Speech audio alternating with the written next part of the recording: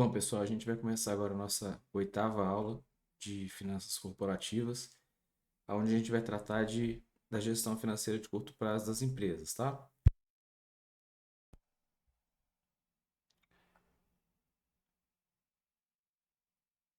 Bom,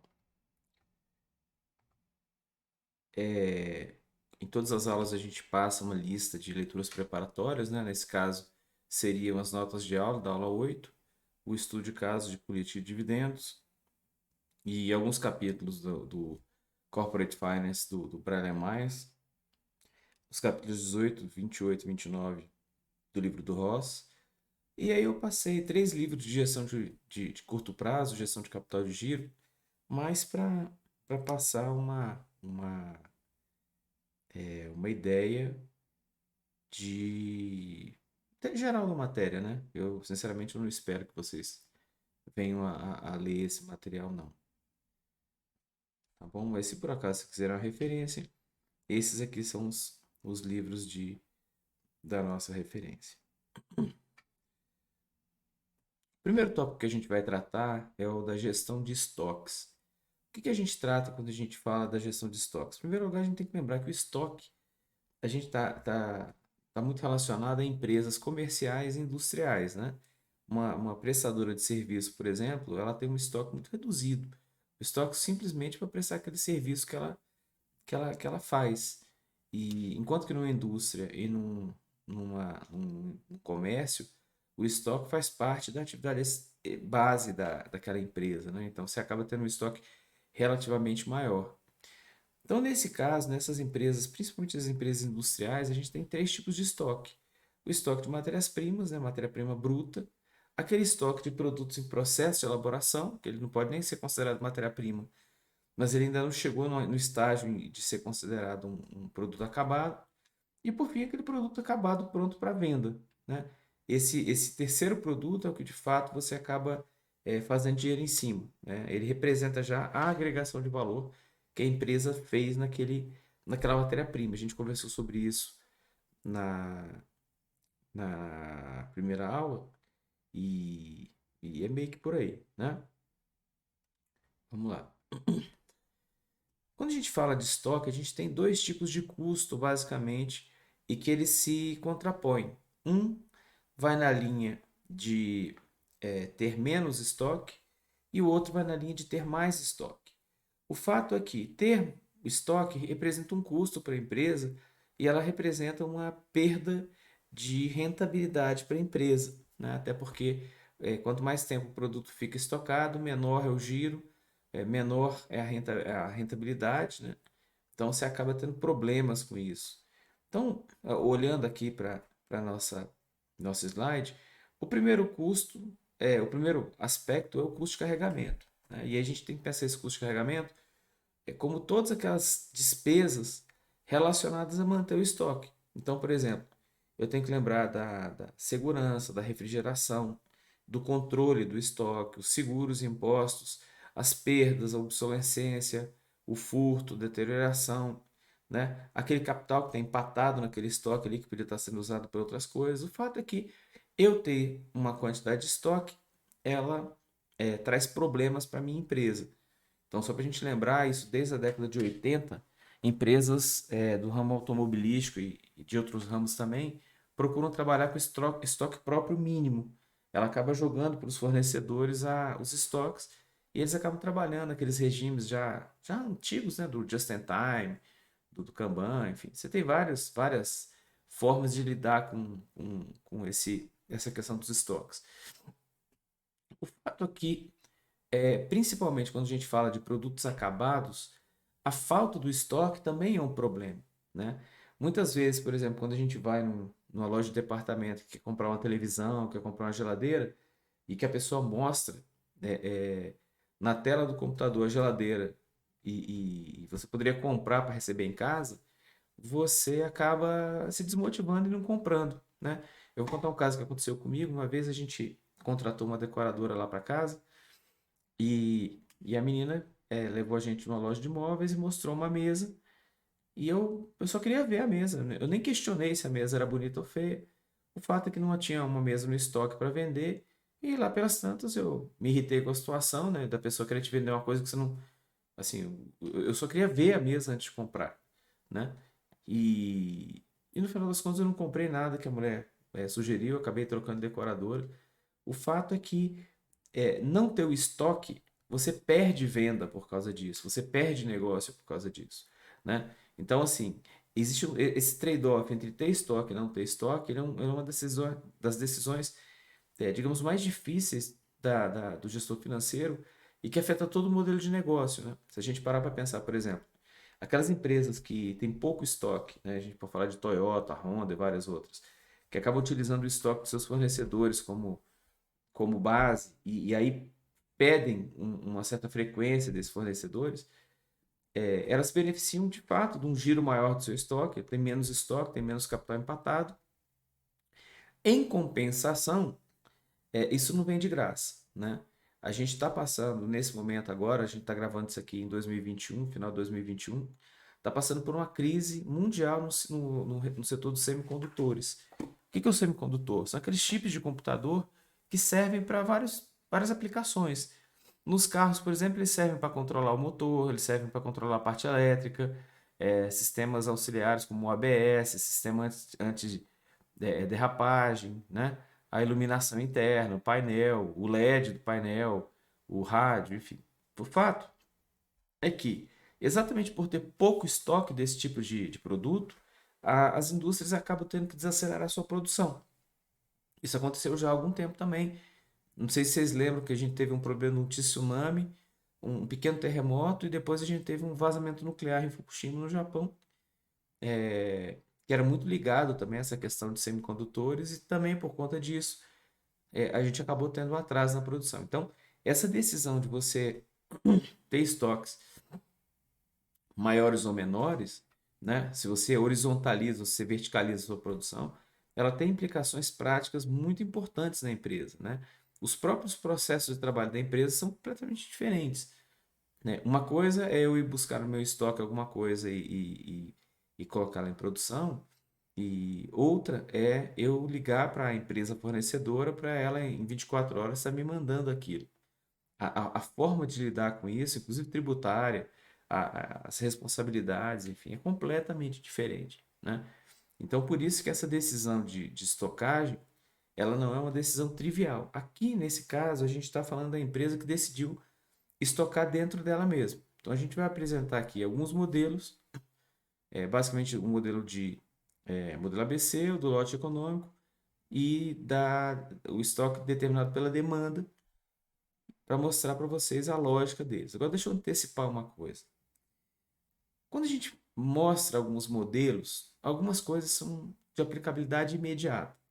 Então, você pega aquele modelo, troca os números e pode aplicar imediatamente. Outra são modelos gerais que servem para o gestor financeiro, para as pessoas que a gente está focando nesse curso, por exemplo, questionarem alguns aspectos do tema, né? Não dá para você usar o modelo cegamente, fechar o olho e usar o modelo com aqueles números, porque você teria que considerar outros aspectos que não estão nesse modelo, inclusive a sua tolerância a risco, né? A gente pode ter o modelo mais perfeito do mundo, mas no fim das contas, a responsabilidade por tocar aquela operação, o CPF, é de alguém que vai ter que decidir. Então, essa pessoa sempre vai decidir, ou normalmente ela vai decidir, em cima de bases conservadoras. Então, eu já antecipo que esses modelos eles trazem insights interessantes, mas vocês têm que olhar ele com um certo cuidado para não parecer que eles são a verdade definitiva quando não é isso que ele se propõe. O modelo, o Enfoque ABC é bastante simples, tá? Ele parte do pressuposto que eu tenho produtos que são muito caros e produtos que são muito baratos. Então, quando eu pego um produto que é muito caro, mesmo que seja em pouca quantidade, o valor desse estoque de produtos caros acaba sendo grande. Por outro lado, quando eu pego produtos muito baratos, como parafuso, porca, cabo, coisa assim, por mais que seja volumoso o estoque, o valor agregado dele é muito baixo. Então, o que que esse modelo ABC ele tenta fazer? A partir de algumas técnicas, ele tenta separar o estoque em categorias, em grupos. Então, aquele grupo em que o produto é muito caro, eu acabo tendo pouca quantidade, eu separo ele de um grupo, por exemplo, em aonde o produto em si é muito barato e eu posso ter uma quantidade muito grande. Então, é mais ou menos esse trade-off entre ter muita quantidade de produtos baratos e ter uma pequena quantidade de produtos caros. O modelo ABC é mais ou menos isso. O modelo do lote econômico ele é um pouco diferente. Ele parte exatamente daquela questão do trade-off entre um custo de carregamento no meu estoque, que são aqueles custos de perda, custo de roubo, obsolescência, é, o custo do capital empatado, com relação aos custos do reabastecimento, né? Aqui nesse caso, ele considera que quanto maior o número de estoques que eu tiver, número de produtos que eu tiver no reabastecimento, por exemplo, mais barato por produto é esse reabastecimento. Então eu poderia ter, se eu por acaso eu viesse a reabastecer com muitos produtos, o custo disso por produto seria baixo e você teria um trade-off aí. E se vocês olharem esse gráfico, exatamente no ponto onde se cruzam as duas linhas, as duas curvas, né? A gente tem o ponto de mínimo daquela curva lá de cima, né? A gente tem o que a gente chama de custo de manter o estoque, ela é decrescente até um certo ponto, um ponto de mínimo, que é o que a gente busca fazer, e a partir desse ponto ele sobe. Então, esse número ótimo de itens encomendados é exatamente o que a gente está buscando. De novo, como é que esse modelo se baseia? Por isso que eu estou falando para vocês que é um modelo teórico que ele serve para trazer o insight, mas assim na prática vocês vão ter que colocar um fator humano aí e muito relacionado à sua tolerância a risco, tá? Então o modelo considera, por exemplo, que a demanda constante expressa por volume por tempo. Então eles assumem assim, olha, a gente tem uma demanda de 10 unidades por semana ou 30 por mês, por exemplo, né? A gente assume que o recebimento do estoque é instantâneo. Então eu pedi, o estoque está lá. A gente sabe que não é assim. Não existe taxa de desconto. Então, se eu pedir muito estoque ou pouco estoque, se eu quiser comprar a mercadoria, né, tanto para cima como para baixo, eu acabo pagando um valor bastante semelhante, né? Os preços são fixos, né? Eu tenho uma inexistência de risco. O modelo só considera a, a, a, a rentabilidade, né? A gente aqui, então, nesse modelo, já de cara, a gente tem a questão do comportamento perante o risco, que ele não considera. E eu só tenho dois tipos de custo: o estocagem de pedido, conforme eu falei para vocês, e os estoques, aqui é um ponto que é relevante também, os estoques de produtos diferentes são analisados diferentemente. Então, esses argumentos já demonstram que é um modelo teórico, que ele serve como referência, mas se você for usar na prática, você tem que colocar uma decisão humana aí. E aí, como é que ele funciona? Eu estou mostrando para vocês um gráfico. Esse gráfico mostra um ponto Q asterisco, que é um ponto ótimo, né? Que é a quantidade que eu compraria de cada produto. Então eu compro esse produto, esse produto vai acabando ao longo do tempo. Quando ele acabar, eu vou e compro de novo e assim por diante. Então, com base em que esse ponto de máximo aí, esse ponto ótimo, ele é baseado? Ele é baseado no custo de cada pedido, no volume de vendas do período e no custo de estocagem de cada unidade. Então, com base nessa relação aí, eu chego nessa quantidade. E aí, eu tenho outros indicadores que eu posso calcular também, que é, por exemplo, o estoque médio, né?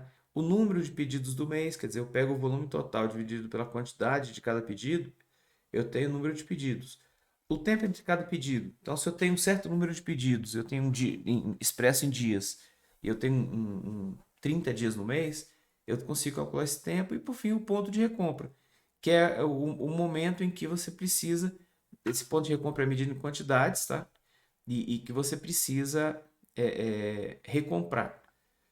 É, como é que funciona o estoque administrado pela demanda? Basicamente, você associa você tem um estoque menor e à medida que você tem maior demanda, você vai puxando mais mercadorias, né? A gente tem que lembrar que esse modelo de previsão baseado na demanda, por exemplo, ele é muito comum em produtos sazonais, assim, chocolate na Páscoa, vestuário feminino no Dia das Mães, no Dia das Namoradas, dos namorados, né? Brinquedos no Dia das Crianças, panetone no Natal. Então, alguns produtos, a demanda dele é muito sazonal. Então, você tem que associar isso àquela demanda. Então, é mais ou menos assim. Bom, com relação a estoques, era isso mais ou menos que eu queria passar para vocês.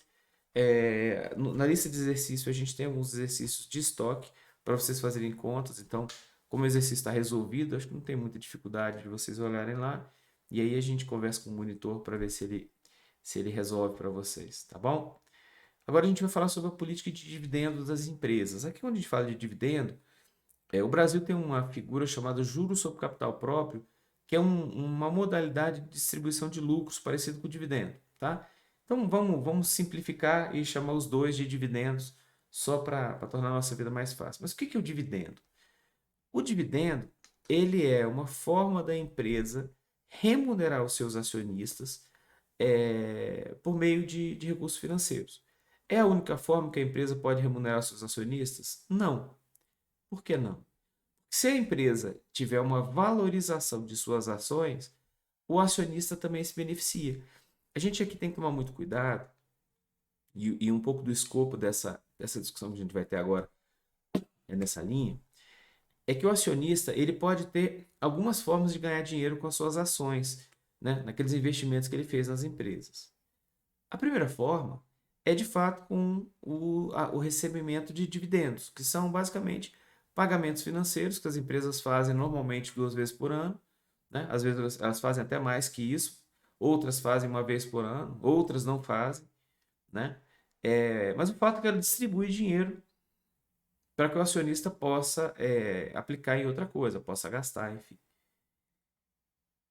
É, por que essa decisão é uma decisão importante? A gente vai ver que, na verdade, a empresa só deveria distribuir dividendo se ela não tivesse uma opção melhor para poder investir seus recursos. Por que eu estou dizendo isso? É porque na medida que eu consigo pegar aquele dinheiro e investir em coisas que vão me dar acima do meu custo médio ponderado de capital, eu vou estar agregando valor para a empresa. Essa empresa vai valer mais e, portanto, aquela ação que eu tinha, ela vai ganhar mais do que esse custo médio ponderado de capital. Ela vai valorizar acima do mercado, por exemplo, né? O mercado sobe, era esperado que essa ação subisse uma certa quantidade, mas ela vai subir mais. Por quê? Porque ela está investindo em projetos de VPL positivo. Então, por isso que essa questão da empresa não distribuir dividendos, ela não é nenhum drama. Porque no limite é só você pensar o seguinte: se você quiser monetizar aquelas empresas que não distribuem dividendos, é só você vender uma parcela de suas ações, entendeu? Então, são empresas que normalmente estão em crescimento, que elas precisam de capital para poder reinvestir e elas vão investindo, tá? Bom, isso que a gente já falou, né? É, Essa é uma das principais decisões financeiras dos gestores e ela afeta vários stakeholders, né? Stakeholders, só para a gente lembrar, são as pessoas afetadas com isso.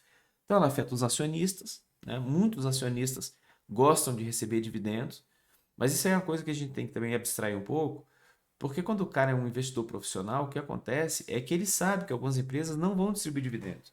E aí, portanto, ele prefere, se ele quer ter um fluxo de dividendos, ele simplesmente não investe nessa empresa, né? É uma decisão madura do acionista e é uma decisão da empresa de não distribuir, né? No Brasil, a gente até tem algumas restrições quanto a isso, mas não há nada de anormal numa empresa que tem projetos para investir dela não distribuir o dividendo, não, tá, gente?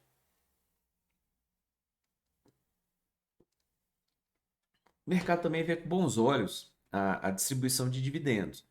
Mas ele também vê com maus olhos uma distribuição de dividendos quando é uma empresa com forte potencial de crescimento. Ele entende que a empresa está tolhindo esse potencial de crescimento, né? Assim, a melhor forma de... Se ela tem projetos que rendem mais do que o custo médio ponderado de capital daquela empresa, isso significa que ela poderia estar crescendo e agregando valor. Então, se ela está distribuindo dividendo por uma pressão política, no sentido dos acionistas estarem pressionando, ela está como se estivesse limitando seu crescimento. Imediatamente o mercado reage. Tá? E por fim, ela distribui dividendos também para ajustar a estrutura de capital dela, né? A gente tem que lembrar, na quinta aula a gente viu a questão de capital próprio versus capital de terceiros, e na questão da alavancagem. Quer dizer, quanto mais alavancada uma empresa, mais esperado é que ela tenha uma rentabilidade por conta desse capital emprestado, entre aspas, né? Então, quando eu tenho muito lucro acumulado na empresa, a participação minha, ela faz com que a rentabilidade caia um pouco, né?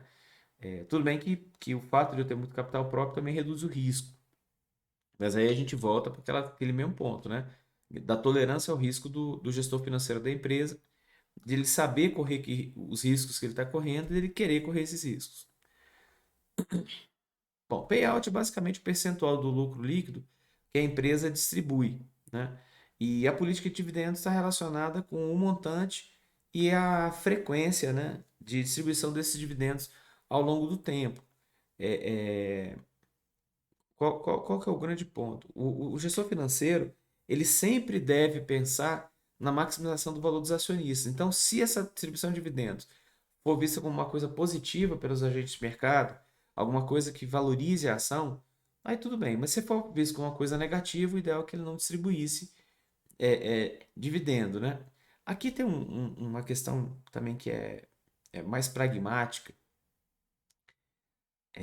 Há vários casos ao longo da história de gestores financeiros que decidiram, a partir de uma grande quantidade de caixa disponível, decidiram fazer operações que não eram muito alinhadas com o negócio da empresa e às vezes não eram bem conduzidas, né? Eu vou contar para vocês uma história que aconteceu em 99 com a American Online e com a Time Warner, né? Isso já faz bastante tempo, mas pelo montante que foi afetado, eu acho que vale considerar. Para vocês terem ideia, o montante todo do prejuízo equivale ao PIB da Argentina. Então, foi acima de 200 bilhões de dólares, um valor assim muito grande. E qual que foi a razão disso? Então, só para a gente contar um pouquinho a historinha, para vocês verem que é melhor a empresa trabalhar com um pouco menos do que ela precisa de caixa, para o cara estar sempre ali buscando, do que ter excesso. Excesso a empresa fica leniente. Então vamos lá, o que aconteceu na história da Time Warner com a American Online? A American Online, não sei se vocês lembram, num passado distante, a internet precisava de um provedor, né? Você pagava por um provedor, que era como se fosse uma porta para entrar na internet, e pelo serviço de internet. Hoje tá tudo muito transparente, né? O fato de você ter uma rede Claro, uma rede Vivo, uma rede Oi em casa, você nem sabe que tem um provedor. Você simplesmente espeta a rede wireless, né, lá no teu computador, né? Tu bota a tua senha e segue o jogo, né? Ou então você usa um cabo internet lá e também segue o jogo. Mas no passado era assim. E esse era um serviço relativamente caro, a gente está falando dos primórdios da internet. E o fato é que essa American Online era a maior provedora de internet dos Estados Unidos, portanto, uma empresa bilionária. E não raro acontecer, como acontece nas diversas bolhas, né? Começou a haver uma bolha de internet, né? A famosa .com. E o que aconteceu foi que a Time Warner tinha um excesso de caixa gigantesco. E aí ela decidiu partir para a compra da Time Warner. Ao contrário da American Online, que era uma empresa .com, a Time Warner era uma empresa gigantesca. Ela tinha jornais, televisão, TV a cabo, filme. Era uma empresa gigantesca, assim. É como se fosse um... Era muito maior que a Globo, por exemplo, assim, nos bons tempos de Globo. Então era um negócio muito grande. E na prática é como se, por exemplo, uma empresinha de software de, sei lá, 500 pessoas, talvez um pouco menos, comprasse a Globo, entendeu? É uma desproporção desse tipo. É como a gente imaginar hoje, por exemplo, que o WhatsApp vale mais do que grandes empresas brasileiras, mas é mais ou menos isso. E o fato é que isso aconteceu porque tinha excesso de caixa e os gestores da American Online, em vez de devolver esse caixa para os acionistas, ele resolveu empreender esse tipo de operação maluca. O fato é que a operação nem era tão maluca, estou sendo até um pouco injusto. A motivação da operação era que a Time Warner tinha os cabos e tinha os clientes e a American Online tinha era a provedora de internet. E aí o que aconteceu é o seguinte: na hora que eu coloco a provedora junto com os cabos, eu ia ter o que é hoje, por exemplo, na casa da gente, né? Provavelmente a casa de vocês, vocês devem ter aí uma rede Claro barra NET, uma rede Oi, uma rede Vivo e tal. Então, foi uma coisa 20 anos à frente do tempo. Só que qual foi o problema?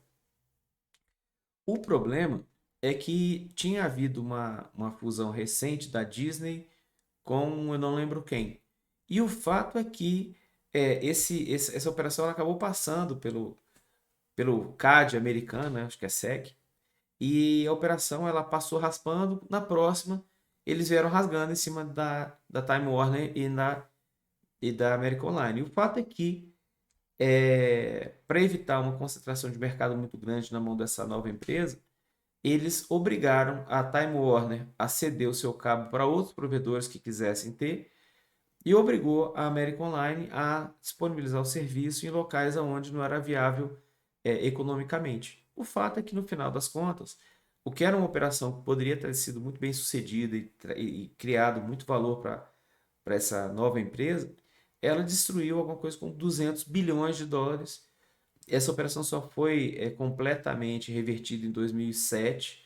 Em 2013 a gente ainda tinha alguma coisinha, mas já não era tão significativo. E o fato é que isso é um case de fusões e aquisições sobre por que você não deve reter dinheiro quando você não tem aonde investir, entendeu? Agora pensa o contrário, né? Um outro caso muito famoso é da Yahoo. A Yahoo hoje perdeu muito importância por causa da Google, mas ela durante muito tempo foi a principal provedora de pesquisa na internet, né? Até hoje é uma empresa bilionária, muito menor que o Google, mas ainda é bilionária. É, Ao contrário da American Online, que comprou a Time Warner, que são coisas completamente diferentes, né? Gente, assim, internet é uma coisa, fazer filme é outra completamente diferente, assim. As competências, os processos, os sistemas, né? A cultura é outra coisa, assim, não é a mesma coisa. A Yahoo fez uma coisa diferente. A Yahoo entrou num processo de expansão de uma forma bastante inteligente. O que ela fazia? Vamos supor que ela queria comprar um gerador de website, né? A gente hoje tem vários, né? Tem o Wix, tem vários desses. Mas no passado, você tinha Geocities, você tinha Broadcast, você tinha alguns desses. Ela não ia e comprava a empresa.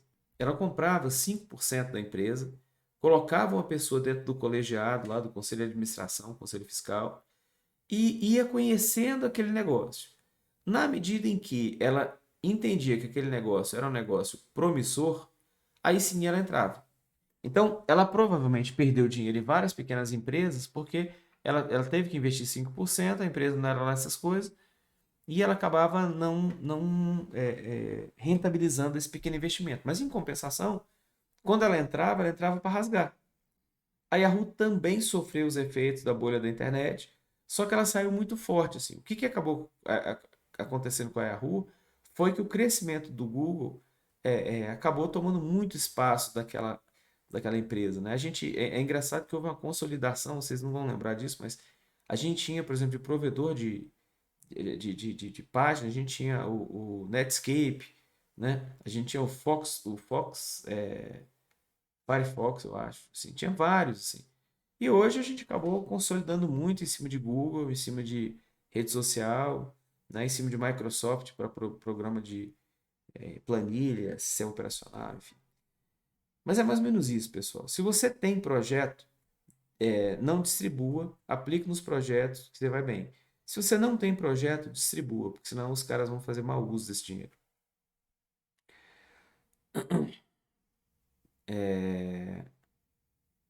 Bom, política de dividendos considerada ótima, né? É aquela que conjuga o volume a ser retido na empresa e aquele se distribuir na forma de dividendos aos seus acionistas. Na verdade, assim, a política de dividendos é ótima quando ela maximiza o valor da riqueza dos acionistas, né? Essa aqui é só a forma como você vai fazer isso, né? E aí a pergunta é se essa política de dividendos influi no preço da ação. Então a gente também, mais uma vez, vai para estudos teóricos, né? Alguns estudos dizem que os dividendos são tratados como resíduo, né? E aí sempre que você tiver oportunidade em que o retorno do investimento superar o custo de capital, que eu tinha falado para vocês, né? Os lucros devem ser reinvestidos. Caso contrário, você deve distribuir. E tem uma teoria que fala da irrelevância dos dividendos, que, segundo essa teoria, os valores, o fato de distribuir dividendo não afetaria os acionistas em nada, não afetaria o- a rentabilidade da empresa, né? É, enfim, a gente acaba tendo uma ideias diferentes. Bom, esse slide aqui ele fala de uma coisa interessante que está acontecendo nesse momento. Tramita no Senado, já foi aprovado na Câmara, uma proposta de tributação de dividendos, né? Hoje os dividendos das empresas são isentos de imposto de renda e o projeto passou na Câmara e, para mim, representa um aumento da tributação. Todo mundo fala que não, mas ele representa um aumento da tributação. Por que que esse projeto ele tem que ser olhado com muito cuidado, gente? A gente tem que tomar cuidado quando a gente tem opiniões muito fortes assim sobre as coisas. É fato que os dividendos não são tributados no Brasil, mas também é fato que a empresa paga muito imposto de renda sobre o lucro, né, que você acaba tendo. Então, é como se o dividendo não fosse tributado, mas ele fosse o imposto fosse cobrado dentro da empresa, entendeu? É como se em vez de você pagar, a empresa pagasse. E é um valor bastante alto, né? Para você ter ideia, hoje se a gente pegar a contribuição social sobre o lucro líquido, que é uma forma mascarada de imposto sobre a renda, né? E o próprio imposto de renda, a gente está falando de 34%, sem contar os impostos sobre faturamento que já incidiram lá nas vendas, né? E sem contar as contribuições também sobre a folha e tal. Então, se paga muito tributo. A ideia de você cobrar dividendo, apesar de parecer socialmente justa, você pode fazer isso, mas você não pode também manter a tributação da empresa como ela é, porque sob pena de você inviabilizar o negócio. Só para a gente lembrar, quando a gente fez valuation, a empresa trabalha em cima de um lucro líquido, né? E se você mantém aquele lucro líquido, né, tira o valor do dividendo, né, se vocês lembrarem, uma das formas de a gente calcular o valuation de uma empresa é o fluxo descontado dos dividendos futuros. Então, na medida que você diminui o dividendo futuro, você está diminuindo o valor da empresa e a atratividade da nossa economia. Quando a gente pensa a economia do ponto de vista localizado, né, sem muita abrangência, pode até fazer algum sentido. Assim, você sempre vai achar um exemplo de alguém que está burlando essa regra, né? Então, a Receita gosta muito de falar dos médicos, dos advogados, né, de outras categorias que abusam do uso do Simples Nacional, por exemplo, e que acabam sendo pessoas físicas que se pejotizam para se beneficiar de uma estrutura tributária. Mas, por outro lado, essas pessoas elas fazem isso porque a opção a isso é um sistema tributário caótico e maluco, entendeu? Ele é caótico porque você tem normas tributárias sendo publicadas todos os dias. A Receita Federal tem uma interpretação particular da lei, ela interpreta do jeito que ela quer. Aí o que acontece é que você acaba indo para o CARF, que é o Conselho de Recursos da Receita Federal, que até pouco tempo ele era predominantemente as decisões eram muito influenciadas pela visão da própria Receita, então o fiscal tinha uma interpretação estranha, aí autuava o contribuinte recorria ao CARF, chegava no CARF, as decisões eram normalmente pró-Receita, aí o cara ia judicializar. Qual que é o problema de tudo isso? O problema de tudo isso é que, por mais que você fale, não, mas o cara judicializa e ganha, mas o cara perdeu 10 anos da vida dele nisso aí, e agora vai piorar. Porque com essa PEC dos precatórios, se realmente ela passar, você não tem segurança jurídica nem de quando você vai receber isso aí. E qual que é o problema? O problema é que a gente vive no país com um índice de miserabilidade elevadíssimo, com um desemprego elevadíssimo, e que se eu trato o empresário dessa forma, a gente acaba não tendo um crescimento da nossa economia. Então, o fato de eu proteger, o fato de eu achar que eu estou pegando os criminosos, os supostos criminosos, né? Que muitas vezes não são, tá, pessoal? Muitas vezes é simplesmente um cara que teve uma interpretação específica da lei, né? Deixa eu dar um outro exemplo para vocês, que isso aqui é um caso caricato, mas é concreto. Se eu não estou enganado, foi em 2009. Um fiscal da Receita entendeu que aqueles sapatos Crocs, não sei se vocês lembram, um sapato de borracha, eu acho feio para burro, muito usado em hospital. Quem tem diz que é muito confortável, mas eu acho que muito feio.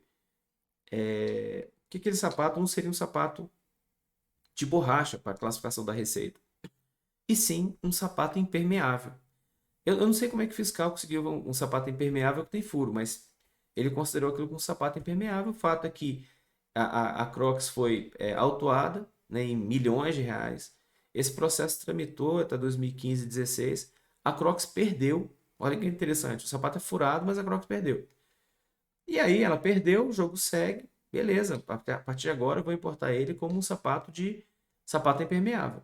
Só que em 2016, 17, outro fiscal, olhando aquilo, falou: não, vocês estão errados, porque vocês estão marcando isso aqui como sapato impermeável, quando isso aqui é um sapato de borracha. Então você vai levar uma multa para deixar de ser besta por estar botando a classificação errada. E aí o que aconteceu foi que a Receita Federal também deu ganho de causa a esse fiscal. Olha só, ela tinha dado ganho de causa a uma outra argumentação. A justiça apoiou isso aqui. Aí um outro fiscal atuou com a tese contrária. O CARF atuou com a tese contrária e a justiça atuou com a tese contrária. Por que eu estou falando isso? Pode parecer engraçado, pode parecer caricato, pode as pessoas que são que têm um viés mais um viés um pouco mais para a esquerda, podem dizer, isso mesmo é uma empresa porque explora o trabalhador, tá, beleza. Mas quando você faz isso com a empresa, você está dizendo para ela, olha, cara, o Brasil é um país muito ruim de você fazer negócio. Não faz nem menor sentido, porque não é uma questão de negócio. A Crocs, ela está preparada para competir com outros sapatos de borracha, com tênis, com tudo isso. O que ela não está preparada para competir é com uma estrutura tributária maluca, entendeu? Assim, você pode se preparar para aquilo que você é especialista. Agora, para coisa maluca, você não faz isso. Um outro exemplo disso é a questão do Citibank. O Citibank, desculpa, o HSBC. O HSBC decidiu sair do Brasil porque 95% das questões judiciais do HSBC estavam no Brasil, quando só 5% da operação era brasileira. Então imagina, você tem uma operação de 100 milhões de reais, 5 milhões estão no Brasil, quer dizer, é um vinteavos do todo, é uma coisa muito pequena, mas 95% das questões judiciais estão aqui. O que você está dizendo para esse cara? Meu amigo, vai embora. E aí quando você manda esse cara embora, o que você está falando? Você está falando que é, é, a gente não vai ter emprego, não vai crescer de forma rápida e tal. Então, parte do problema do Brasil é exatamente essa questão da interpretação da norma, enfim. Eu trouxe isso porque a gente está falando aqui de dividendos, né? E essa é uma questão que afeta muita gente, assim.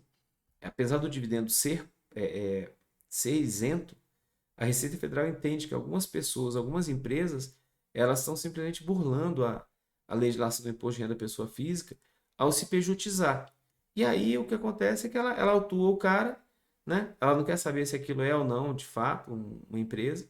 Mas o fato é que ao autuar o cara vai ter que contratar um advogado e só isso já deu um tremendo prejuízo, né? É, então, é só para a gente ficar ligado que às vezes a atuação estatal eu sou servidor público federal, mas eu tenho a autocrítica de dizer que, às vezes, a nossa atuação como servidor público afeta o ambiente de negócio de uma forma muito negativa, né? E parte da situação que a gente vive hoje é por conta disso. Bom, é, algumas recomendações, acho que essa última aqui ela é uma coisa importante para você não ficar mudando muito a sua política de investimento. Eu estou falando isso porque o mercado acaba seguindo algumas empresas e adotando estratégias com relação a essas empresas com base na política de dividendos, né? Por exemplo, tem empresas que distribuem dividendos 3, 4 vezes por ano, né? Tem empresa que é uma vez por ano. Então, se o cara quer ter um fluxo de dividendo, ele acaba se aproximando daquelas empresas que pagam mais dividendos. Então, se você vai e muda isso, é como se fosse uma traição no cara que investiu nessa empresa. Então, procura evitar até para não ter problema. O que é bonificação? Tem três conceitos: bonificação, implicit e split, que a gente vai falar. A bonificação é quando você paga os acionistas, em vez de pagar em dinheiro, você paga na forma de novas ações. Então, assim, é como se você. É, imagina que a empresa quer reter o dividendo, né? Ela quer reter o dividendo, mas ela não quer distribuir o dividendo. Mas ela não quer também que o acionista tenha problema para poder ter liquidez para vender isso. O que que ela faz? Ela emite novas ações com base naquele lucro, entrega para o acionista, e aí o acionista não precisa vender a ação dele. A ação dele fica com ele, mas ele vende essas que ele recebeu, que na prática é como se ele estivesse diluindo o seu próprio capital. Né? Porque se ele tivesse ficado na empresa com um patrimônio líquido maior, né, que é o caso, ele não teria sido diluído. Mas como ele pegou um pedacinho do que ele recebeu, e em vez de ficar com a ação, ele vendeu essas ações de bonificação, ele acaba diluindo a participação dele. O implit e o split são basicamente, o split é você pegar uma ação e dividir ela em mais ações. E o implit é quando você pega muitas ações de valor pequeno e transforma numa ação de valor maior. Isso aí tem implicações práticas, não deveria mudar muito a lógica da política de dividendos, mas ela traz algumas implicações, assim, principalmente quando você tem ação que é trada a um valor muito baixo, né, tipo 2 centavos, 3 centavos, 4 centavos, que justificaria o implit. Qual que é a implicação? É porque como a menor unidade que eu tenho entre qualquer valor financeiro é um centavo, por exemplo, uma ação da Petrobras passar de, sei lá, 28,53 para 28,54, não muda muita coisa no valor da ação. Mas uma ação que custa 2 centavos passar para 3, ela aumenta 50%. E ela não aumentou 50% porque ela passou a valer 50% mais. Ela aumentou 50% porque o primeiro múltiplo que eu tenho de um centavo é exatamente um centavo.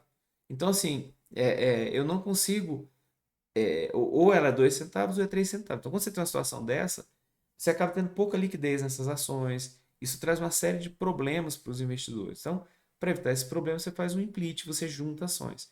E o contrário também é verdadeiro. Por exemplo, quando você tem uma ação que é muito cara, isso dificulta a negociação dela, porque você não consegue vender partes disso, você só vende ela inteira. Então, uma ação que custe R$ 200, por exemplo, pô, uma ação de R$ 200 já é muita coisa. Né? É mais fácil você transformar isso em 200 ações de R$ 1, porque daí você pode vender pedacinhos disso. A liquidez dela fica melhor. Pessoal, e a gente vai agora para a última parte da aula de hoje, que vai falar da gestão de caixa das empresas.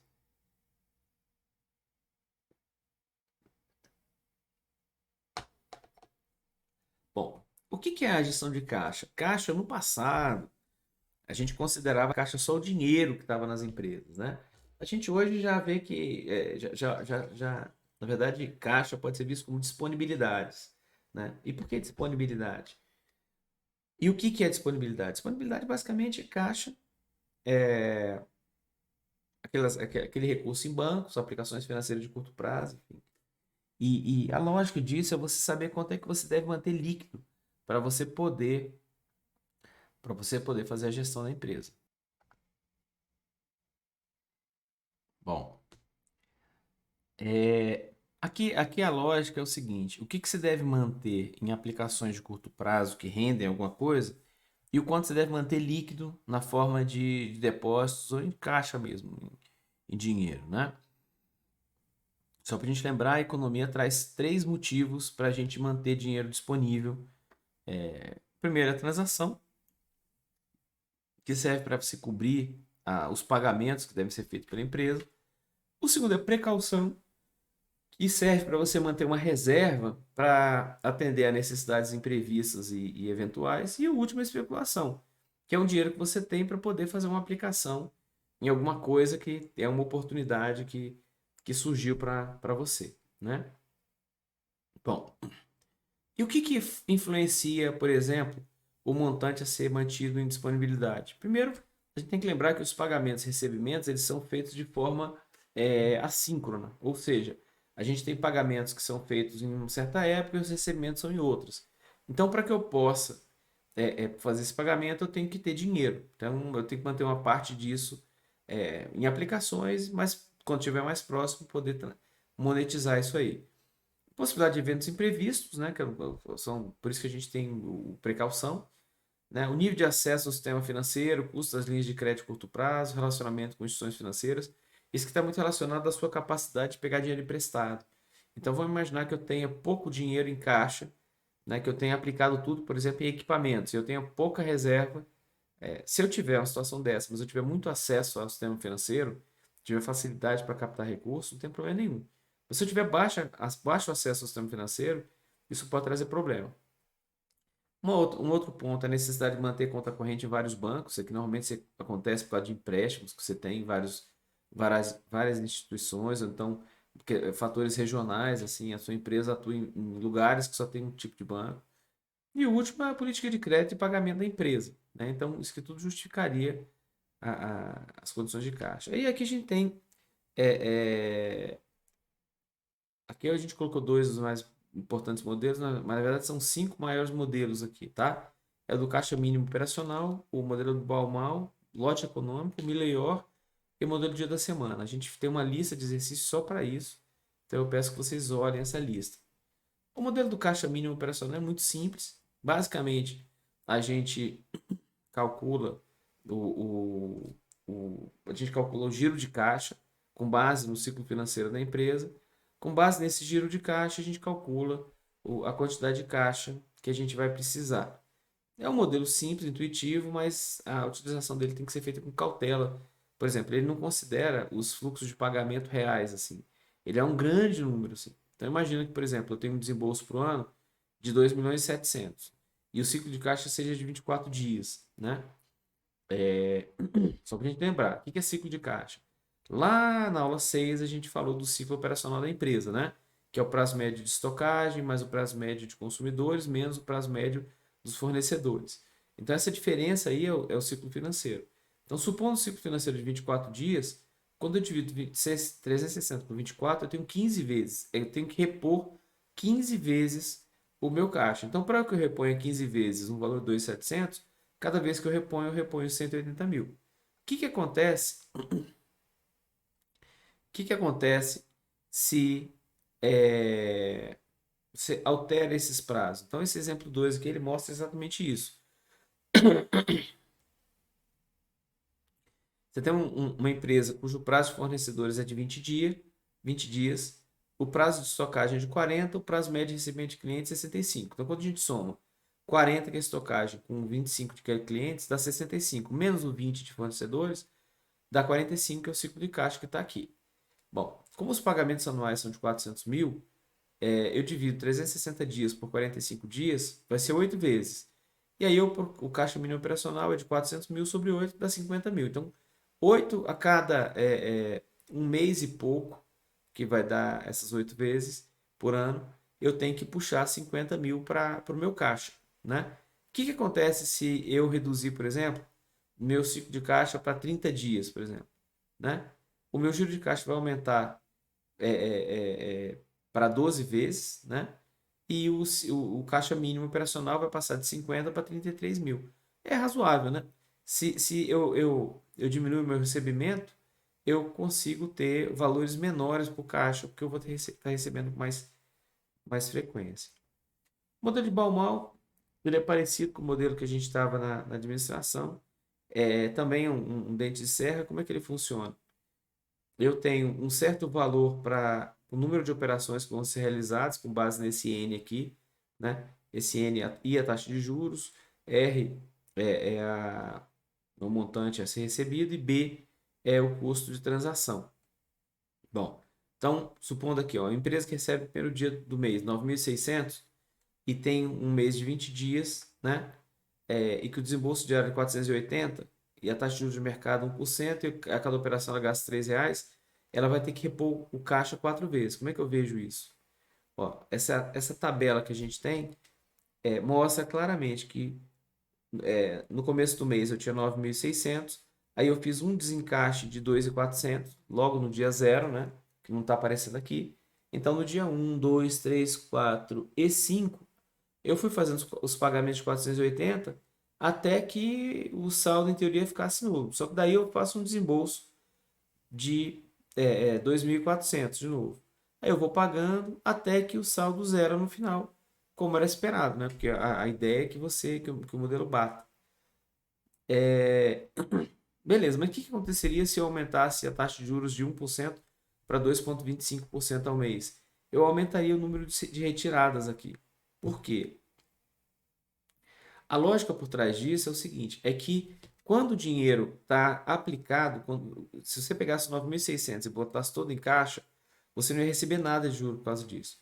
Mas se você tá com o dinheiro aplicado, você recebe um certo juro.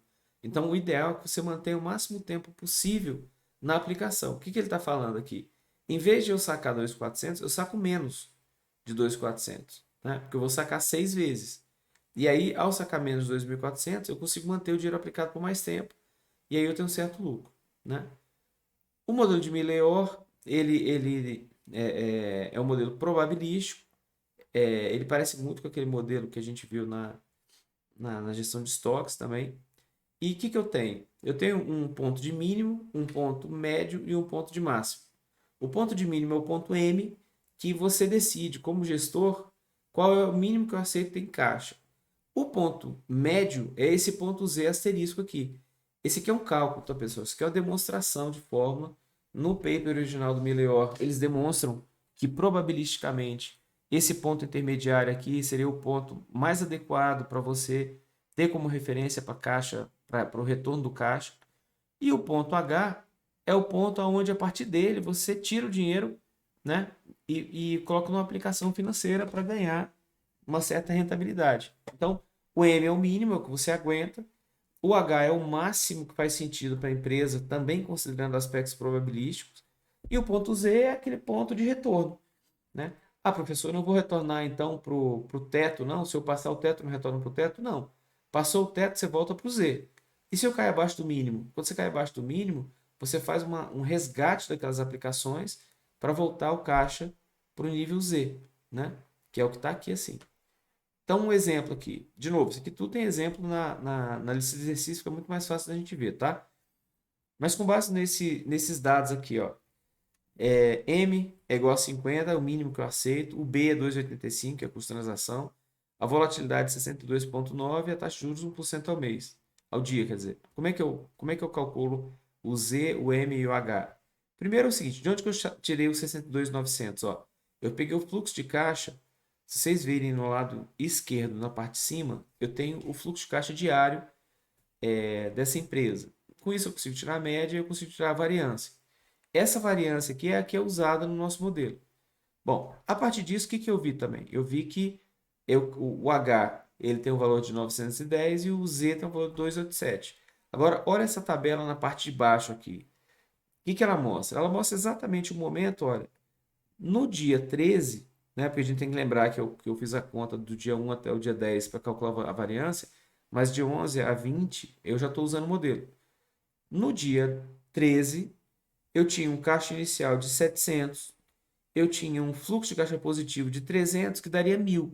Agora repara, 1.000 é maior do que o ponto Z, desculpa, que o ponto H, que é um ponto de máximo.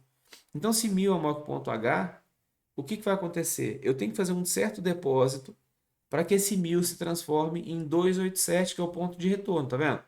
Então, se eu pegar 287 mais esse 712 aqui, vírgula alguma coisa, vai dar exatamente os 1.000 que eu precisaria. Tirando arredondamento, tá, pessoal? Se você pegar o arredondamento ali, você vai ver que vai bater.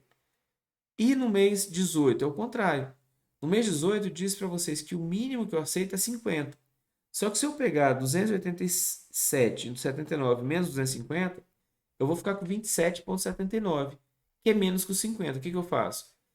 Entre esse menos 27,79 até o ponto 287, é exatamente esse depósito que eu faço aqui para a gente poder voltar, né? Modelo dia da semana, super simples. Ele se baseia no percentual do dia da semana específico com relação aos outros. Pode ser feito dia do mês, dia do ano, também não tem problema nenhum. Então, o que você sabe? Você sabe que o fluxo de caixa na semana, por exemplo, segundo essa tabela aqui na parte de baixo, é R$ 200. E eu sei que, por exemplo, que na segunda-feira, 21% desses 200 é pago, né? Que equivale a 42. Então, o que eu faço? Eu vou desembolsando o dinheiro da minha conta de acordo com esse fluxo de pagamento aqui. Ele parece muito simples, mas ele é muito aderente com a realidade, né? Porque no fundo, você acaba tendo que sacar dinheiro para pagar as obrigações. Então, é, é, ele me parece mais adequado. O único ponto aqui é que ele passa uma ideia de que você estaria com uma certa previsibilidade nos fluxos de caixa, quando na verdade isso não acontece, né? os fluxos de caixa acabam tendo uma certa insegurança. Bom, e quais são as críticas aos modelos de administração de caixa? Em primeiro lugar, os fluxos são incertos e acabam se encaixando, não se encaixando nem nos modelos probabilísticos, aqueles que tentam trazer alguma probabilidade, nem nos determinísticos. Então, eles acabam sendo um meio termo. É aquilo que eu falei para vocês no começo da aula. Aqui a gente está falando de conceitos, de ideias gerais, de lógica. A aplicação disso na prática, ela requer um pouco mais de comportamento, a sua tolerância a risco. Enfim, ela requer mais do que simplesmente o modelo.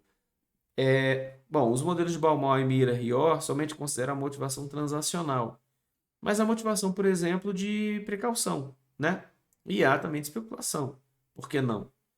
O modelo de Miller considera os fluxos de caixa completamente aleatórios, quando isso nem sempre é verdadeiro. Então você vê o seguinte, que nem os fluxos de caixa são completamente aleatórios, nem eles são completamente fixados, né? Então a utilização enfim, tem que ser muito bem pensada. E por fim, uma alternativa mais simples é a projeção da demonstração de fluxo de caixa. Quer dizer, você pega a demonstração de fluxo de caixa, faz uma projeção com base nela, né? Ela é mais simples, mas é mais trabalhosa, tá, pessoal? Porque você vai ter que replicar um dado contábil. Mas é uma alternativa. Bom, era mais ou menos isso que a gente tinha que conversar com vocês. Esse é o fim da nossa oitava aula. A gente vai estar disponível por encontro síncrono na sexta-feira. O monitor também está disponível para resolver os exercícios. Então, é isso. Estamos à disposição, tá? Se tiver alguma dúvida, é só falar com a gente. Um abraço a todos e tenha uma boa noite.